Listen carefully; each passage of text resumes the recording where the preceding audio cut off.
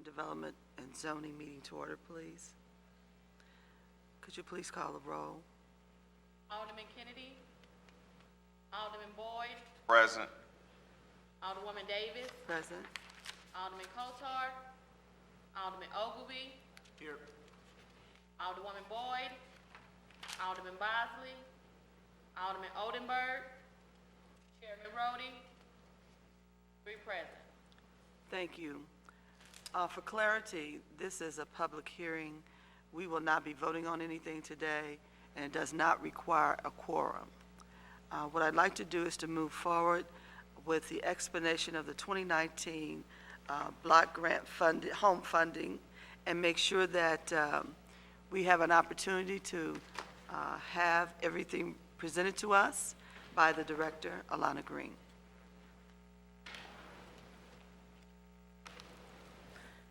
Good morning, Madam Chairperson and members of the committee.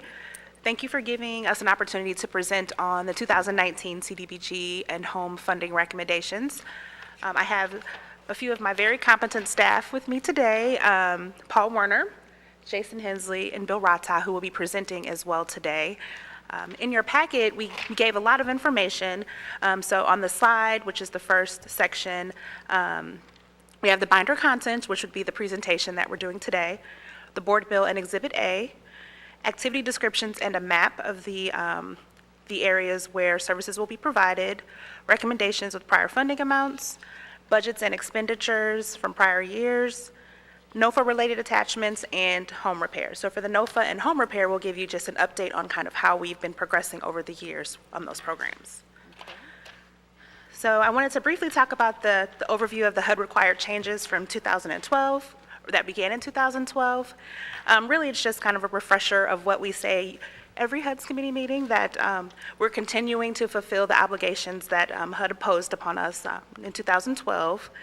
And the reason for the change was to ensure that the HUD allocations were being spent in accordance with HUD rules.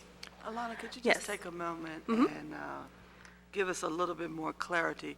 I've had a couple of questions at neighborhood meetings about why the aldermen are not being more forthright with providing funds, and they don't really understand how the process works. And it's not like it was 15 years ago, 10 years ago. So could you just explain how the process works now? Yes, so the process works in a way now that it's strictly competitive. So they have to submit an application, submit the application on time, and then be rated and ranked by a panel of raters. So no longer can CDA or anyone else kind of allocate funding outside of that competitive process. Okay, thank you so much. You're welcome. So in addition to what I mentioned before, so if we did not implement those changes, HUD would have required repayment of funds. So we continue to make enhancements and improvements to the program every year in the spirit of those changes that HUD requested. So essentially what we do every year is we put out the priorities for public comment. That's one thing that changed after the HUD change.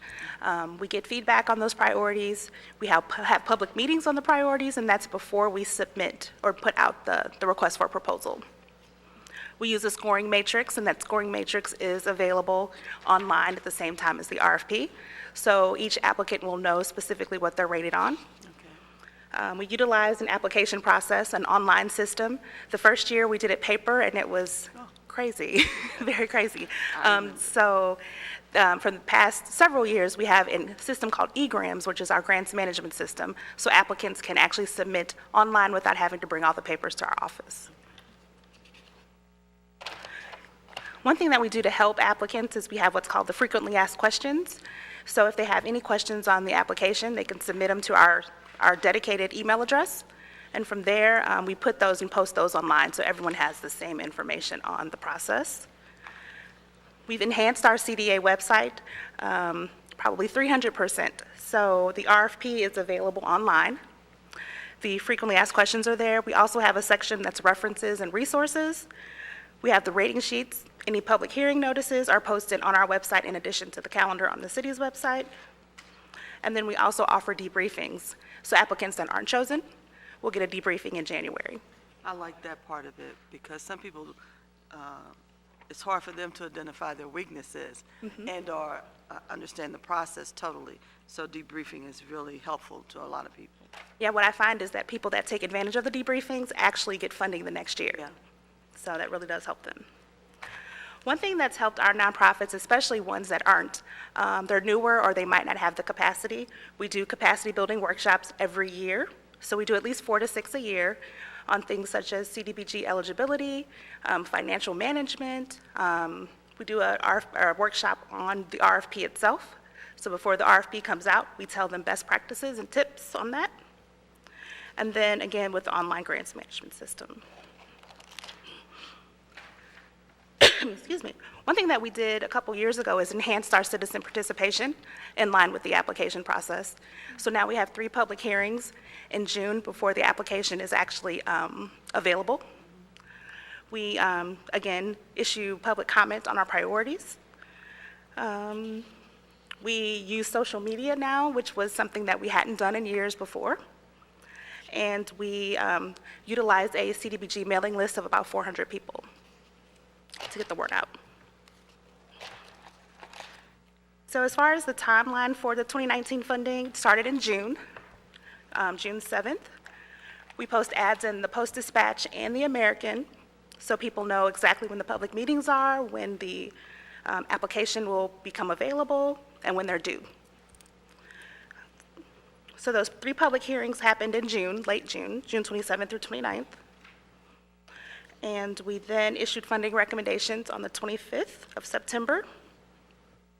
And then the next step is actually being here today. So as far as the recommendations itself, I'm going to actually call Paul Warner up here in just a few seconds. We received proposals from 56 activities and from 40 nonprofits. The first year of the change, we probably had 80 applications, but they weren't, about half of them weren't compliant. And so this year we have some really, really strong proposals. As far as recommended funding, we have $3.23 million in public services, 1.5 in LRA assistance, 1.05. We have some minor home repair programs that we're recommending funding, and Bill Rotow will talk about those. Healthy home repair, we're proposing $4 million in housing production and 1.175 in economic development. So actually, Paul Warner, you want to come up?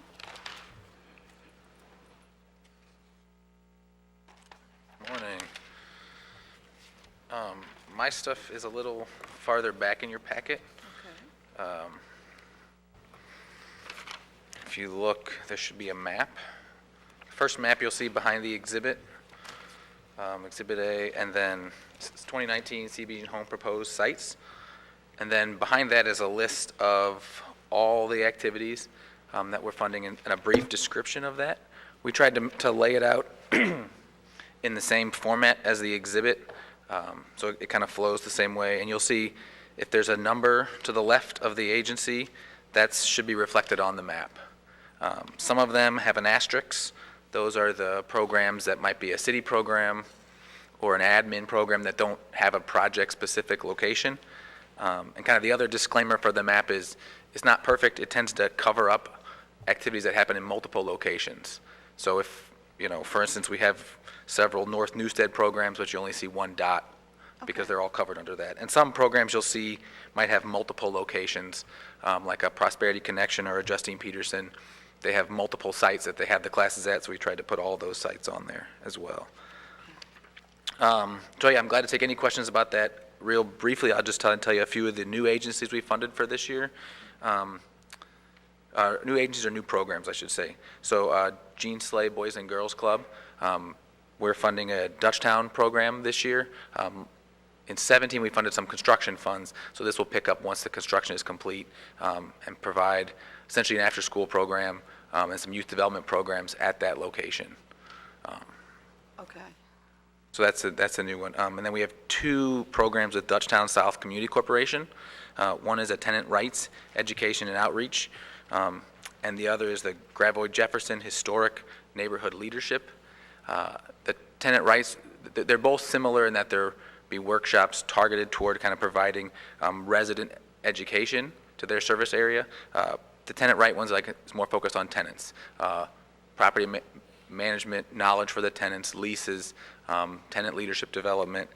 The other one, the historic neighborhoods leadership, is really focused on developing a kind of a crop of neighborhood leaders, getting them involved, giving them that kind of knowledge. So we're working with them to kind of refine those a little more. Another new one is Park Central development. There's a Fountain Park Safety and Security Initiative. So we'll be working with them to help them kind of finalize a crime prevention program to work with the Fountain Park residents. Community Women Against Hardship is another new agency. That's a youth program, but it's a little different, I think, than other typical youth programs we funded because it seems to have more of a focus on the whole family. So while it is a program targeted primarily at youth, a lot of the family also receive services through their program. And then also CREA is an agency we funded in the past, and we're going to work with them on designing a fair housing program as well. So that's my real quick run through, and I'm sorry I kind of tend to talk a little too fast sometimes, but. Oh, that's okay. One of the, because I was just kind of looking through here, and I wanted to make sure that as we look through this, we will take time, each one of the committee members, to ask any questions that they have based on what we've seen and heard. So we'll let you go ahead and each one of you finish with your presentations. Sure. And then we'll ask questions if that's okay with the committee people. Yeah.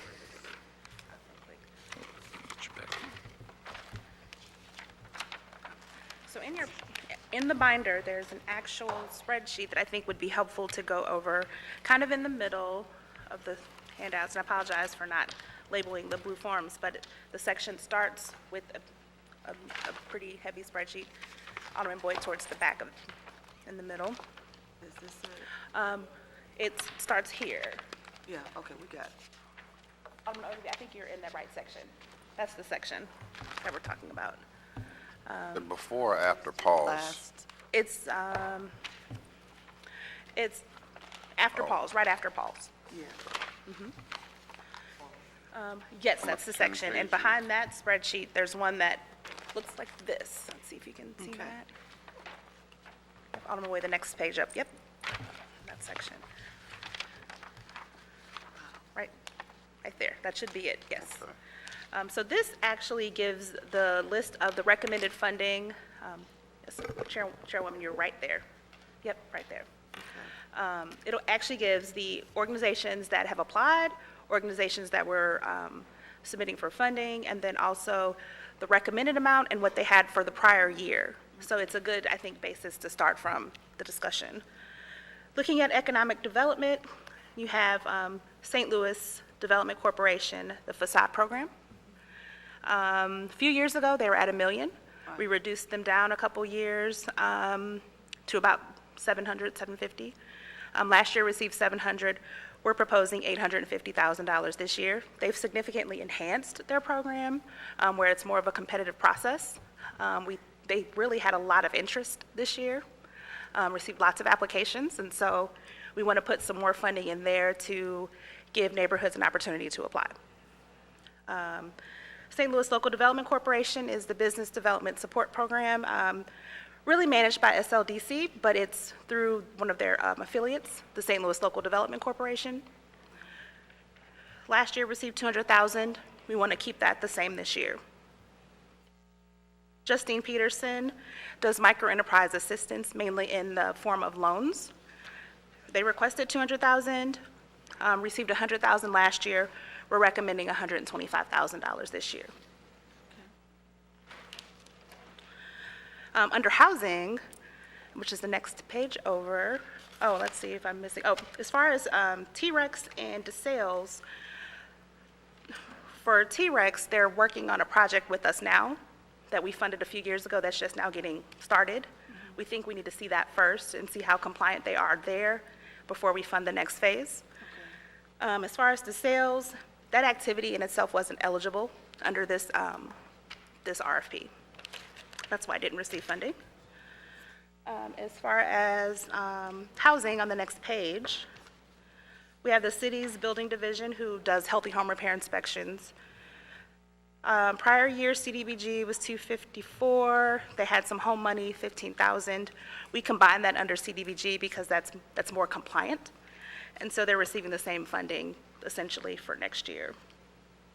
As far as CDA, let's see, that's housing production. 3.86 million last year. We're moving that up to 4 million this year between CDBG and home. As far as the healthy home repair program loan pool, last year was 1.25 million. This year we're proposing about 2.8. So that's one of the biggest changes there. Home repair is going up quite a bit. As far as CDA rehab admin, those numbers pretty much stayed the same, except for we're going to hire most likely a couple of environmental review companies to assist us with that compliance piece. As far as Mission St. Louis and all of the other, Mission St. Louis for healthy home repair stayed the same from last year. Harambe Youth Tuck Pointing Program does tuck pointing for seniors and people with disabilities, mainly in North City. That funding is staying the same, $100,000. The housing partnership, as far as the home buyer counseling and closing costs assistance, is going up $50,000. They expended their money early in the year, and so they originally had $100,000 for this year. They can expend $150,000 for the home buyer counseling and closing costs for next year. Let's see. So North Newstead, Carondelet, and Mission and Urban League, Bill will actually come up and talk more about that. We had some kind of compliance changes midstream, and so to assist the program and actually make it more of an effective program, we made some changes. So you might see with North Newstead, for example, Carondelet, for example, requested 50. We ended up giving them 75 because of the changes that we made to the program midstream. So they'll be actually able to assist and be more effective in their program with the changes. Urban League requested 100. We gave them 150 for that very same reason. So basically, everything that's housing related was funded that we received applications for. As far as public facilities, People's, Care St. Louis, and GIA, essentially the issue there is that they had not started fundraising. They might have had good proposals, but generally speaking, CDBG funding should go in last and not first. Right. So they can come back once they kind of get some more capital raised for those programs. Guardian Angels, we funded them for several years now, requested 50, and we're recommending 50,000 for them. Better Family Life received 150 last year. They requested 225, but we are proposing 200. They're adding in their trauma centers, which is new this year. North Newstead's Neighborhood Safety Initiative requested 70,500. We're proposing 65,000, which is a little higher than last year. Park Central, as Paul mentioned, is proposing a Fountain Park Safety Initiative. We do have some issues that will need to be addressed as far as they're proposing cameras. We want to walk through that and make sure that that's eligible. So we're going to be working closely with HUD on that to make sure this was something that is doable. On the next page, as far as elderly, we have SLAY, Northside Youth and Senior Service Center, and City Seniors. SLAY is, of course, the city department that does Meals on Wheels. We're proposing that that funding amount stays the same at 255. And we propose to fully fund Northside and City Seniors as far as what they requested. 20,000 for Northside and 55 for City Seniors. As far as fair housing, we received 3 proposals. We're recommending that all of those proposals are funded. As far as Prosperity Connection, last year received 25,000. They requested 27,000 this year. We fully funded that, or we're recommending that it's fully funded. On the next page, we have Gateway Greening. They requested 60,000. Last year, they received $35,000. We're recommending that their funding level stays the same from last year. Guardian Angel, the food pantry, we're recommending that their funding stay level for next year as well. Food Outreach does meals for people with HIV and AIDS and cancer. They requested $110,000. We funded them last year at $100,000. We're recommending that that funding be level as well.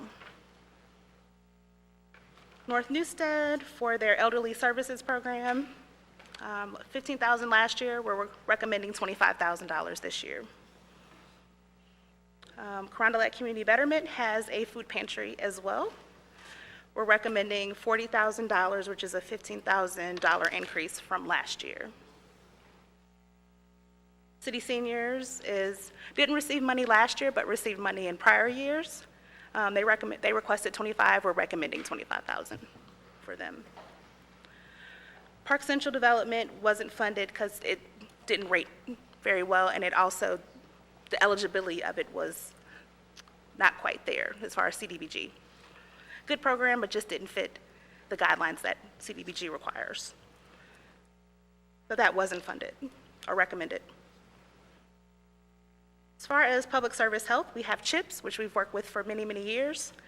They requested $100,000 for their health and wellness center. We recommend $75,000. On Healthcare Beyond Walls is really their community outreach.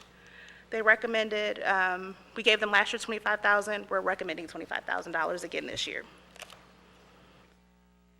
As far as homeless with Doorways, they received $20,000 last year. We're recommending $30,000 this year. They requested $51,000. Under Covenant House, prior year was $20,000. We're recommending $30,000, and the funding request was $50,000. As far as job training, we have Employment Connection, which we've worked with for many, many years, Mission St. Louis, which is a kind of existing program, Urban League, which is a new program, which will be coupled with their Save Our Sons initiative. And then those are the ones that we wanted to fund, are recommending for funding for next year. Urban League at $100,000, Mission at $25,000, which is the same as last year, and Employment Connection is going to do intensive work in the choice footprint, so that dollar amount changed from $25,000 to $125,000. The SLATE program wasn't quite eligible under this RFP. It's more suited for housing, so we're going to recommend that they apply under that program, under that NOFA. The landlord training and nuisance, we funded problem properties for a long, long time.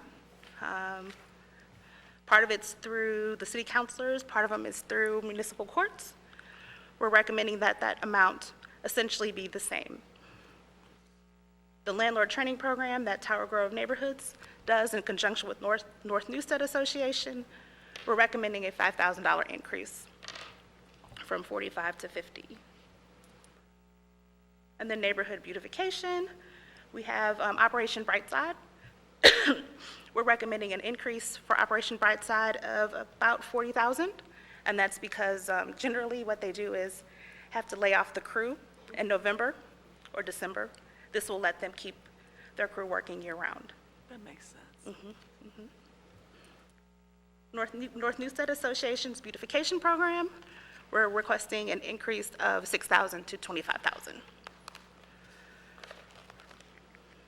As far as offender reentry, we have Criminal Justice Ministry and Employment Connection. We're recommending $75,000 for each of those, which will be an increase of $25,000 for each. Resident Leadership Training and Development, we have Urban League, Dutchtown, and SLACO. Urban League had $30,000 last year. We're recommending $50,000, an increase of $20,000. Dutchtown is a new program. They requested $15,000. We're recommending $15,000 for them. SLACO requested $83,000. We're recommending $30,000, and that's an increase of $15,000 from last year for SLACO. We have lots and lots of youth programs, as we have every year. Of course, we're going to continue to fund the recreation programs, the city's recreation programs, at the same level. Herbert Hoover would be also at the same level of $100,000. St. Louis Internship Program at the same level of $25,000.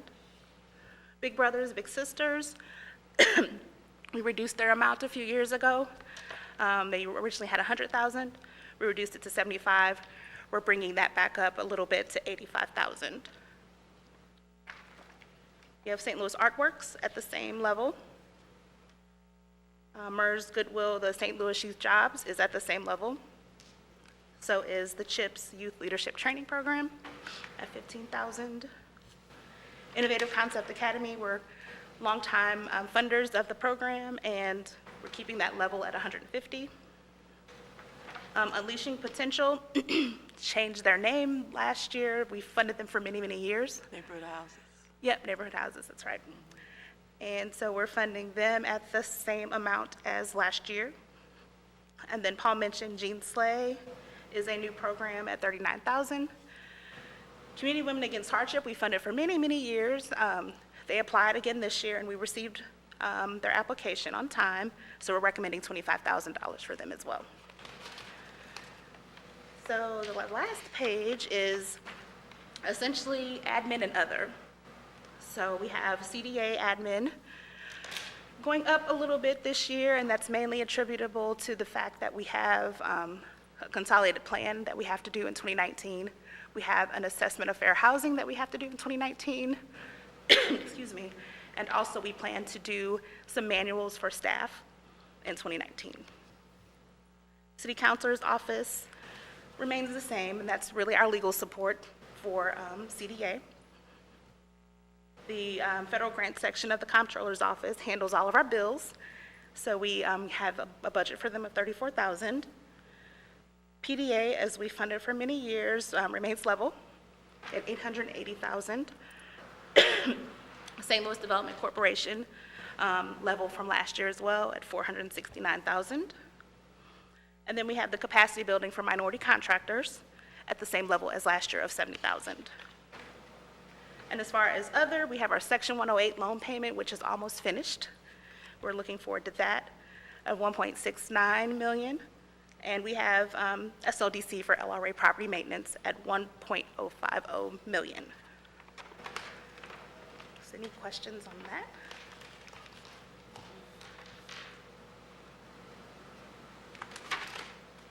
One thing we did add to the packet as well, and it will either be right before or right after, is the 2014 and actually 2018 awards and actual expenditures.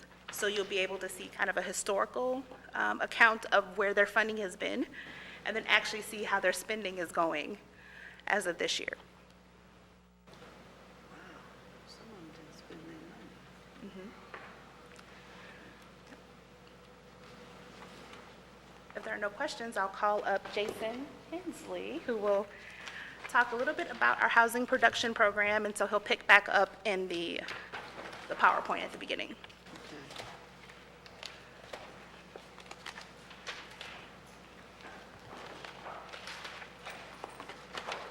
Thank you, Alana. Good morning, everyone.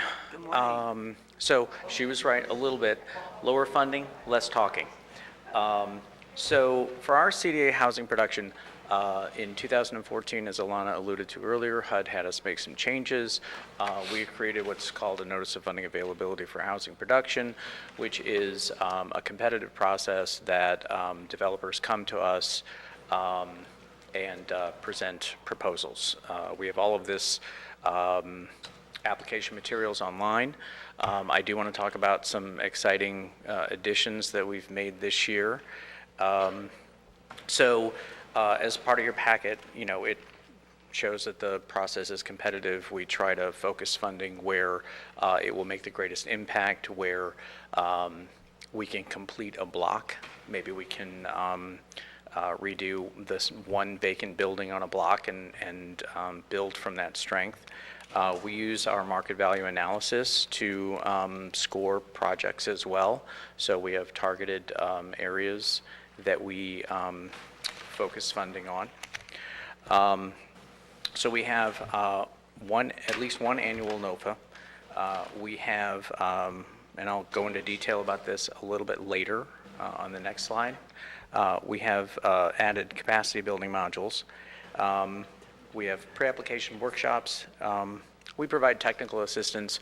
We provide frequently asked questions. You know, people can ask questions over the CDA NOFA email address, and then we answer those and then put those in a frequently asked documents that we then send out to our NOFA list, which many of you, I think all of you are on that list, so you've probably received that frequently asked document.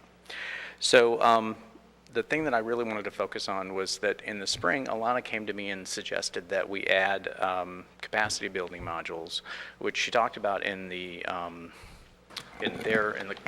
compliance section. They do capacity building 4 times a year. So she came to me and she said, hey, why don't we add that to the housing production side? And so we, myself and my team, took that and we ran with it. So we ended up creating 7 modules. We broke it up.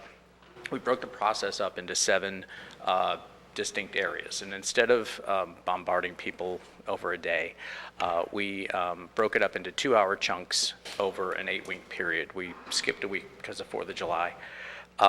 They were 2 hours each, and we had outstanding attendance. We had 81 people representing 68 organizations. And as a result, we received the greatest number of NOFA applications this year than we've ever received. So it's been a blessing and a curse at the same time, because we have to now review all of those, which we are doing now.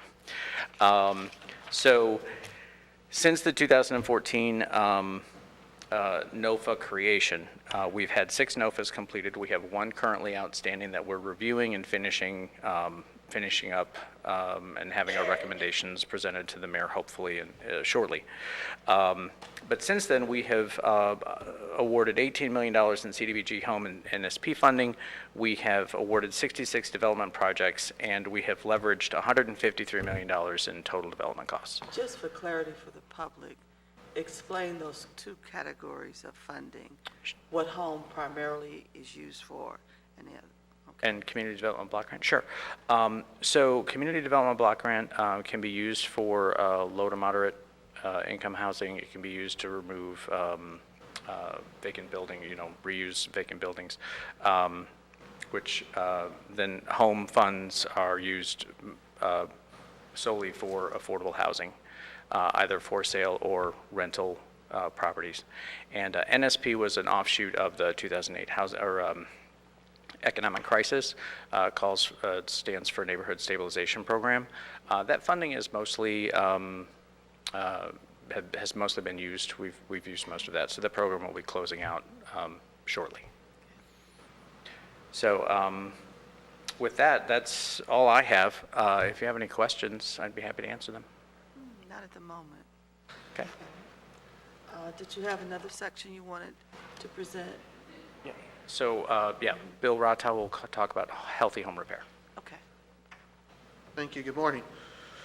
So for the Healthy Home Repair Program, Alana had talked about some of the changes that HUD had required, and one of those was a centralized program. So that model actually started in 2014. So the current program partners are CDA, the Building Division, and Mission St. Louis. CDA, we're responsible for application, processing, oversight, monitoring the program, setting policies and procedures. And then the Building Division does all our inspections in the program. They also do testing for lead hazards, and they monitor the work as it's ongoing once the contractors obtain a permit. And the Mission St. Louis does our construction management, so they do all the bidding, selecting the contractors, and they also do all the loan closing services.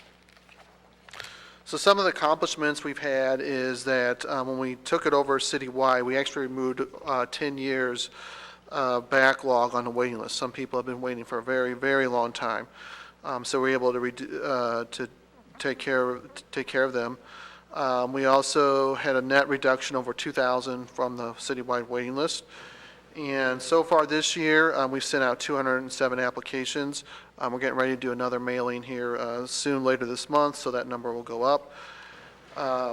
just a little bit of comparison between last year and this year. Last year, we did a total of 293 loan closings. We're projecting 280 for this year. And last year, we committed a total of $3.9 million in funds. We're projecting $3.2 million for 2018. And also, our accomplishments include an increase of 40% in production from the first year of centralization, and over 70% increase from the last year of the program when it was decentralized. Currently, we also have 109 homeowners who, if they came in and closed their loans, that would be another 109 folks that would receive assistance, and that totals of $1.1 million. We've actually completed the repairs to 99 homes so far, and construction is ongoing right now for 96 houses. We have a total of 236 projects that are under construction management, meaning they're out for bid, and they're ongoing with that. We also developed a new grievance policy and procedure. So if homeowner has a complaint, they can submit a formal grievance, and we have a procedure to handle that. We've revised our applications a little bit to make them, as simple as we could to understand, to help folks get through the process. There's a lot of HUD requirements and things like that, documents they have to submit, so we're trying to make it as easy as we can. And we will be updating our website because it needs some updating on the Healthy Home Repair side. All right, next I'd like to talk about the minor home repair programs. Alana mentioned that there were some changes, but some of the basic requirements are that they all are limited to seniors, which HUD defines as someone at 62 and older, and they have to meet the low to moderate income guidelines that HUD establishes. So we have two citywide programs. That's the Urban League in Mission St. Louis. Then we have North Newstead, which is in 18 Northside neighborhoods. We have Harambe, which they only do tub pointing, but they're in 24 Northside neighborhoods. And then the Cronwell Community Betterment Federation, which they're in 3 neighborhoods at the far southeast of the city. So some of the improvements in the minor home repair program is that, we revised it to focus on energy efficiency, weatherization, and accessibility modifications. So what this will do is it'll help assist seniors and disabled homeowners with energy savings with the repairs that are made. It'll help their houses just to be more comfortable with the improvements. And we have funding to assist people with accessibility issues like needing a wheelchair ramp or a grab bar in the shower. And it will help, seniors to, age in place and be able to stay in their homes. And then the last program is the down payment assistance program that's being administered by the Housing Partnership. And it is for low and moderate income home buyers, and most of them are first-time home buyers, so they never owned a home. There's even some who've never lived in the city before who, using this program and moving into the city. And so the program provides down payment and closing costs for first-time home buyers, and they do have to receive counseling prior to receiving the assistance. And the idea of the counseling is to get them in a better position, one, to buy the house, but also to know what to do and how to remain in the house. And they are a HUD-certified housing counseling agency, which that's an application that the Housing Partnership had to make to HUD to be approved to be a housing counseling agency. All right, and then in the very back, we have a couple of exhibits of activity that's taken place since 2017, what's occurred through September 30th of this year.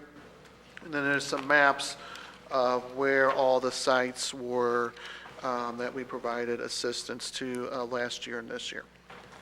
And I'll be happy to answer any questions.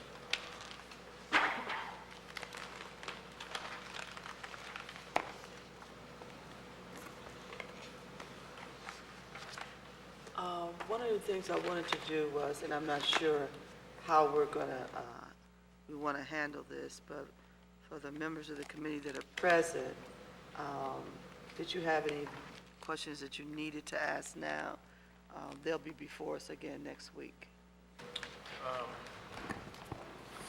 I don't have any particular questions. I just wanted to say you guys do a good job. This is a lot of information, so I appreciate the work you put into the presentation ahead of time. I do have a couple questions, but I think they can wait until Okay. next week or maybe offline. So thank you. All right. Alderman Boyd? Yeah, I'd just like to make a comment that I appreciate the way CDA is administering the program and taking it out of the alderman's hands and making it a more fair, competitive process and giving people the technical assistance that they need in order to be more competitive. I think that you guys are going out of your way to make sure the public knows, how to get into the process and how to benefit. So I just commend you and your staff for, continuing to do a good job over there. Thank you. Thank you. I shall ditto everything both of them have said. So for us, Board Bill number 122 has been heard for the public, and we're looking forward to next week. Yes, thank you very much. Thank you. Great. Oh, we need to adjourn, right? I move we adjourn. Thank you. A second.